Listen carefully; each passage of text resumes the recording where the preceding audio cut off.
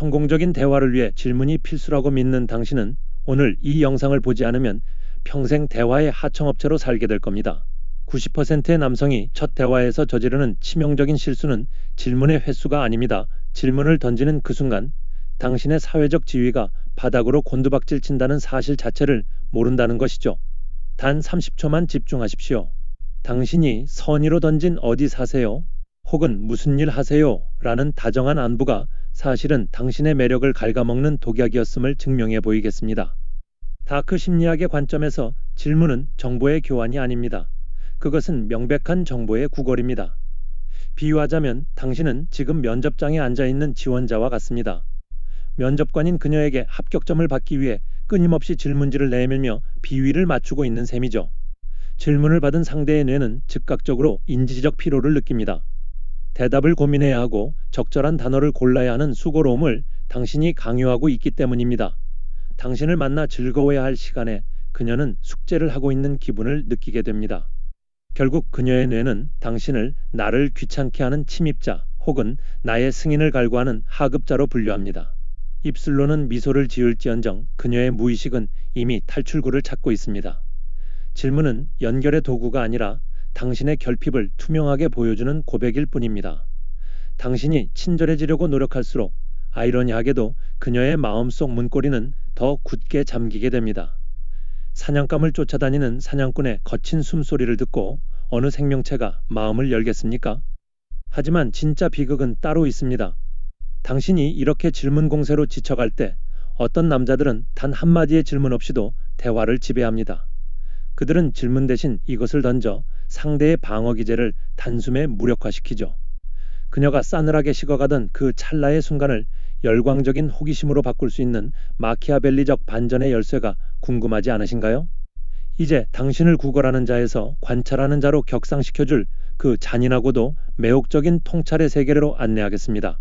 마키아벨리는 군주론에서 대중은 손이 아니라 눈으로 판단한다는 차가운 진실을 남겼습니다. 만약 당신이 대화에서 정보를 얻는 것에만 집착한다면 당신은 평생 상대의 껍데기만 만지다 끝나는 하청업자 신세를 면치 못할 겁니다. 99%의 평범한 남자들은 언어라는 손으로 상대를 더듬으려 합니다. 하지만 단 1%의 지배자들은 눈으로 인식을 설계하죠. 지금부터 공개할 마키아벨리적 통찰을 모른다면 당신은 아무리 화려한 화술을 배워도 결국 상대에게 지루한 사람이라는 낙인이 찍히고 말 것입니다. 대화의 본질은 정보 교환이 아닙니다. 상대의 뇌리에 당신이라는 존재의 무게감을 어떻게 각인시키느냐는 인식의 설계가 전부입니다. 비유하자면 당신은 지금 한 폭의 그림을 그리는 화가와 같습니다. 질문만 던지는 남자는 빈 캔버스 앞에서 "어떤 색을 칠해드릴까요? 라고 묻는 조수에 불과합니다. 하지만 매력적인 남성은 묻지 않습니다. 과감한 붓질로 먼저 선을 긋고 상대가 그 색채에 반응하게 만듭니다. 당신이 입을 열기 전부터 당신의 자세, 눈빛, 그리고 첫 문장의 무게가 이미 승패를 결정짓습니다. 상대가 당신에게 대답하게 만드는 것이 아니라 당신의 존재가 그녀에게 어떤 자극이 되느냐를 고민해야 합니다. 이것이 바로 마키아벨리가 말한 군주의 기품이자 현대 심리학이 말하는 지배적 프레임입니다. 대부분의 남성이 범하는 오류는 질문을 통해 상대의 가치를 확인하려 한다는 것입니다. 하지만 마키아벨리적 통찰은 정반대를 가르칩니다. 당신의 가치를 먼저 보여줌으로써 상대가 스스로를 증명하게 만들어야 합니다. 당신이 건네는 말 한마디가 그녀에게 답변해야 할 숙제가 된다면 그 관계는 이미 죽은 것입니다. 반대로 당신의 말이 그녀의 호기심을 자극하는 초대장이 된다면 그녀는 당신이라는 수수께끼를 풀기 위해 기꺼이 자신의 정보를 바칠 것입니다. 당신은 지금 면접관의 질문지를 들고 있습니까? 아니면 매혹적인 화가의 붓을 들고 있습니까? 이제 당신은 대화의 주도권이 어디서 오는지 깨달아야 합니다. 단순히 정중하게 대화의 순서를 지키는 것은 예의일 수는 있어도 매력은 아닙니다. 지배자의 위치에서 상대를 관찰하고 그 관찰을 통해 지위를 확립하는 구체적인 실전 기술이 필요합니다. 질문이라는 낡은 도구를 버리고 상대의 지위를 단숨에 역전시킬 수 있는 평서문의 마법이 당신을 기다리고 있습니다. 상대를 당황하게 만들면서도 눈을 뗄 수 없게 만드는 그 치명적인 첫 문장의 기술, 과연 무엇일까요? 다음 장에서 그 실체를 낱낱이 파헤쳐 보겠습니다. 지위는 질문이 아닌 단정에서 나옵니다. 혹시 당신은 대화 내내 상대의 허락을 구하듯 말끝을 올리고 있지는 않습니까? 커피 좋아하세요? 혹은 주말에 보통 뭐 하세요? 같은 질문은 당신을 대화의 주인이 아닌 상대의 처분만 기다리는 청탁자로 전락시킵니다. 지금 당장 그 의문문들을 쓰레기통에 던져버리십시오. 단 10분의 대화만으로 당신을 우러러보게 만드는 비결은 질문이 아닌 평서문의 마법에 있습니다. 이 원리를 모르면 당신은 평생 상대의 대답 뒷공무니만 쫓아다니는 가련한 추격자로 남게 될 것입니다. 다크 심리학의 핵심 기술 중 하나인 콜드 리딩을 대화에 녹여내야 합니다. 상대를 궁금해하는 대신 상대를 이미 알고 있다는 듯이 단정하십시오. 그쪽은 왠지 쌉싸름한 에스프레소만 고집할 것 같네요. 라고 툭 던지는 겁니다. 비유하자면 당신은 정답을 구걸하는 학생이 아니라 이미 채점표를 들고 있는 교수님이 되어야 합니다. 당신이 던진 단정이 맞으면 상대는 당신의 신들린 통찰력에 경탄하며 마음을 엽니다. 설령 틀리더라도 상관없습니다. 상대는 아니에요. 사실 저는 달콤한 라떼를 좋아해요라며 자신을 설명하고 정정하느라 필사적으로 당신에게 공을 들이게 될 것입니다. 이것이 바로 평가받는 입장에서 평가하는 주체로 위치를 뒤바꾸는 프레임의 역전입니다. 질문하는 남자는 상대에게 선택권을 주지만 단정하는 남자는 상대에게 반응할 의무를 줍니다.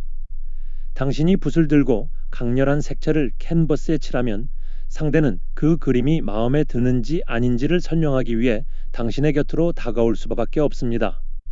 당신은 이제 더 이상 정보를 구걸하는 하청업자가 아닙니다. 상대의 캐릭터를 정의하고 대화의 색깔을 결정하는 총괄 감독관입니다. 평서문 하나로 당신의 지위는 압도적인 고지 위에 서게 됩니다. 하지만 단순히 겉모습만 단정짓는 수준에 머물러서는 안 됩니다. 진짜 지배자는 상대가 자신조차 몰랐던 혹은 타인에게 절대 들키고 싶지 않았던 내면의 깊은 곳을 건드립니다. 눈에 연해 보이는 현상이 아니라 숨겨진 본질을 꿰뚫어 볼 때 상대는 비로소 당신이라는 존재 앞에 완전히 무장 해제됩니다. 누구나 가진 사회적 가면 뒤에 숨은 가장 은밀하고도 뜨거운 그림자를 자극하는 법. 당신의 한마디에 상대가 전율을 느끼며 어떻게 알았어요? 라고 되묻게 만들 그 치명적인 심리 기술은 무엇일까요? 이제 그 위험한 내면의 문을 열어보겠습니다. 사람은 누구나 두 개의 인생을 삽니다. 하나는 남들에게 보여주기 위해 정성껏 칠한 가면이고 다른 하나는 아무도 보지 않는 곳에 숨겨둔 그림자입니다. 만약 당신이 그녀의 가면을 보고 칭찬하고 있다면 당신은 그녀가 만난 수천 명의 흔한 남자 중 한 명으로 끝날 겁니다. 하지만 그녀조차 외면했던 그 그림자의 말을 거는 순간 당신은 그녀의 인생에서 유일무이한 존재가 됩니다. 단 한 문장으로 상대의 심장을 멎게 하고 내 마음속에 들어왔다 나간 것 같다는 고백을 듣게 될 이 치명적인 기술을 놓치지 마십시오. 이것은 단순한 대화술이 아니라 인간의 무의식을 해킹하는 가장 강력한 도구입니다. 심리학자 칼 융은 우리가 억눌러온 욕망과 성격을 그림자라고 불렀습니다. 비유하자면 사람들은 모두 화려한 무대 위에서 완벽한 연기를 하는 배우와 같습니다. 친절한 현모양처는 사실 짜릿한 일탈을 갈망하고 냉철한 전문직 여성은 사실 누군가에게 완전히 의지하고 싶은 어린아이를 숨기고 있죠.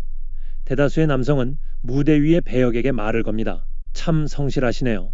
전문가 포스가 느껴져요 같은 말들 말입니다.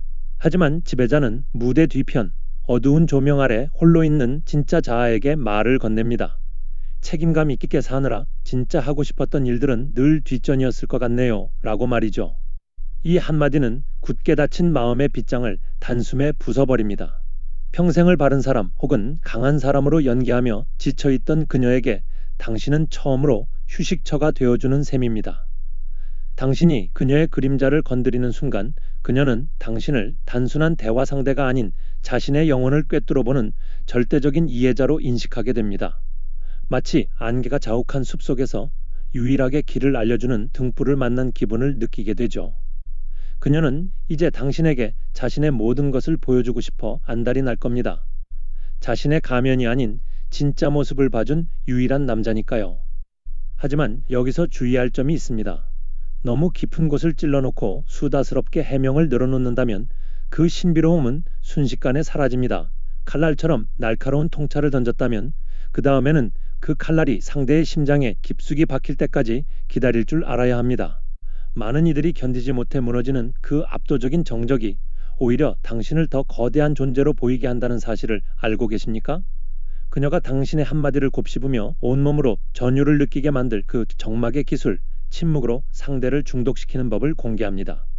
대화 도중 찾아오는 3초의 정적을 견디지 못해 아무 말이나 내뱉고 계신가요? 만약 그렇다면 당신은 방금 당신의 가치를 스스로 헐값에 팔아넘긴 겁니다. 하수들은 침묵을 실패라고 생각하지만 고수들은 침묵을 지배의 도구로 활용합니다. 대화의 빈틈을 메우려 안다라는 모습은 상대에게 당신의 불안함과 조급함을 노골적으로 보여줄 뿐입니다. 오늘부터 침묵을 두려워하지 마십시오. 오히려 그 정적을 당신의 무기로 만드는 순간 당신은 대화의 흐름을 완전히 장악하는 포식자가 될 수 있습니다. 침묵은 단지 말이 없는 상태가 아니라 상대를 당신의 페이스로 끌어들이는 가장 강력한 심리적 압박이기 때문입니다. 비유하자면 대화는 팽팽하게 당겨진 활시위와 같습니다.